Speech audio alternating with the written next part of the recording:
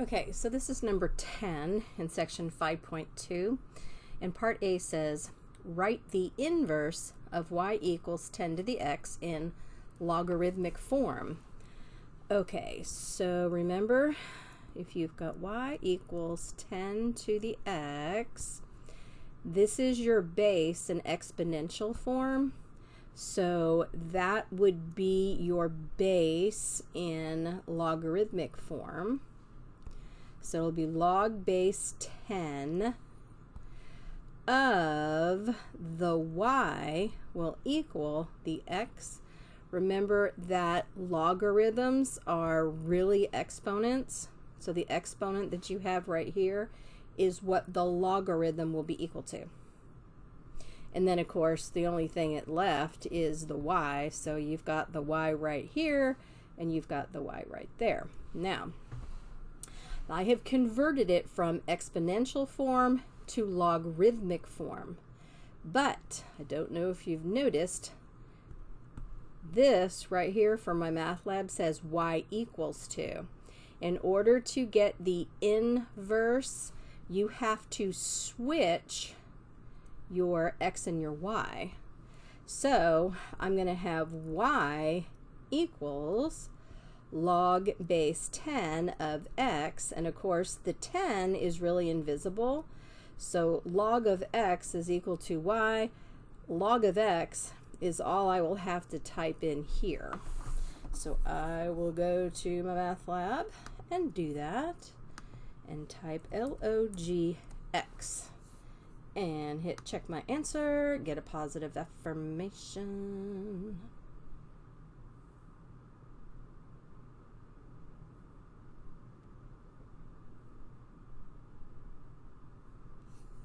What did I just do?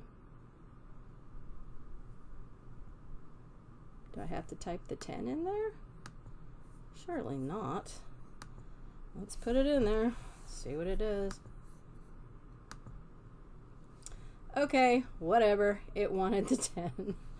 It's invisible, it shouldn't be there. Oh, whatever. Okay, go with it. All right, so now it pops up and it says use the graphing tool. That's part B. Okay, so graph y equals 10 to the x and its inverse and discuss the symmetry of their graphs. All right, so click to enlarge the graph. First thing we're going to type in is this y equals 10 to the x, which is exponential. So that would be this tool. Hit that one. Click anywhere on the graph, it doesn't matter. But we're doing base 10. This graph, if you look at the box that showed up, I'm trying to circle it here with my mouse, shows up as base E. Right there, base E. So I'm going to backspace and delete it and change it to base 10. And nothing's getting moved except the base is changing. So click save. All right, and then I'm going to have to click on it a second time. And now we'll do the logarithmic function. So we click on this one. All right, and then go click anywhere on the graph. But once again, they've got it in base E right here. Base E, base.